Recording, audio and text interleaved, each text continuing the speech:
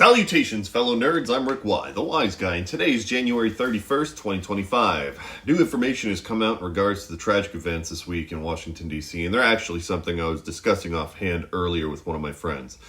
As more information comes to light, it's clear that regardless of Trump's cuts and DEI initiatives, this was a disaster that appears, at least as of now, to be human error along the way that happened to coincide with recent executive decisions. But I don't think they were directly to blame. So if you dig news, history, or just humorous American hogwash, drop a blue heart in the comments section. Set a spell. Take your shoes off. As the most updated information is divulged, some questions have began to immediately start popping in my head. I've flown on multiple military aircraft, and the majority of them are rotary. I was never on a Black Hawk, but I have flown on CH-46s and CH-53s, more times than I can even recall at this point.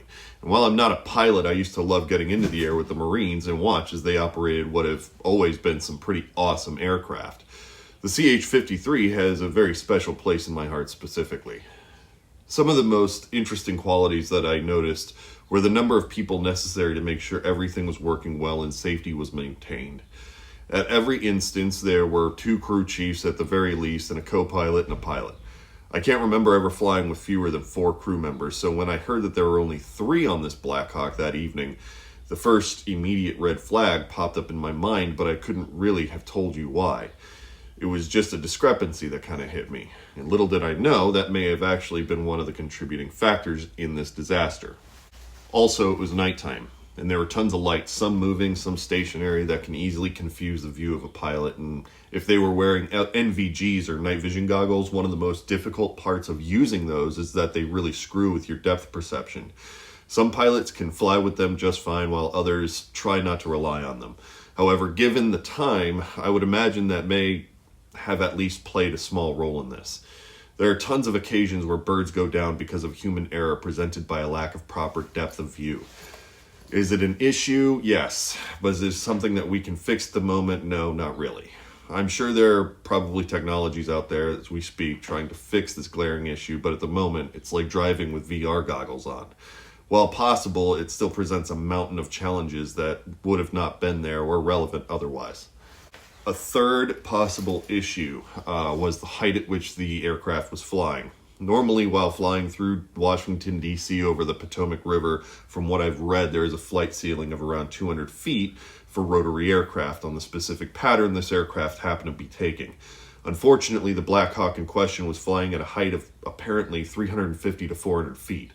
And this is where I will say I can't tell you why it was so high because I'm not experienced that to speak on it, and I think more of us should start becoming more comfortable with admitting when we don't know, instead of just trying to fill those gaps with wisdom to fit the ignorance. I think that there will be an analysis that will allow us to figure out what really went awry when it comes to the height at which it was flying there. Clearly, there were a mix of different things that contributed to this disaster. And now, here's where I'm not going to be making any friends. I have seen no definitive reasons to blame Trump nor Biden for this specific issue, and what I see are long-standing personnel issues that our air traffic controllers have been going through for some time. Yes, there was reportedly only 1 person doing the job of 2, but welcome to America. Go to any ER or ward or what have you and ask how many more patients nurses are having to care for than they should be due to a lack of appropriate staffing. This is not something that can be fixed with the swipe of a pen. I completely understand and get that, yes, Donald Trump has said horrendous shit and did cut the budgets of these programs, but he hasn't yet been in for 2 weeks, and most of his orders, as horrific as they all are, I don't see how any actions by Trump would have translated to that level so quickly as to be a cause for this specific air disaster. It seems to be a circumstance of truly horrific coincidence mixed with apparent human error somewhere at the scene itself. This also kind of sets a bad tone early on as well. The number one criticism I have of MAGA and Trump supporters in particular is their firm inability to use critical thinking when they're presented with new and necessary information. Because of that, I firmly believe that we all must practice that same expectations, because if we are so quick to raise alarm bells whenever Trump just shits himself, we actually run the risk of normalizing the chaos to a point where people will stop listening.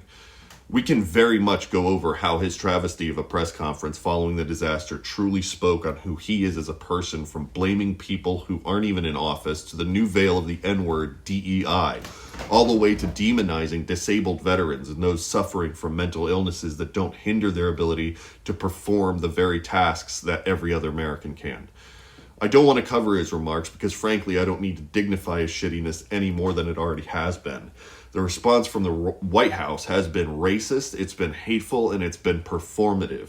Every time someone blames DEI, just know that they're only saying it because they're too chicken shit to face the consequences of using words they'd rather use. His behavior this week has been irresponsible, it's been grotesque, and it has been so beneath the office that he holds, I had trouble just trying to process it. I guess I could understand forgetting who this man was after 4 whole years. I am as disgusted with he and his rhetoric as I always am, but I am just as unsurprised. This is why I maintain that we should try and move forward with decency, y'all. There just isn't enough of it in this world anymore. Thanks for hanging in there with me, and if you would, drop a blue heart in the comments, and if you dig my content, consider liking and subscribing. I'd be much obliged. Y'all come back now. You hear?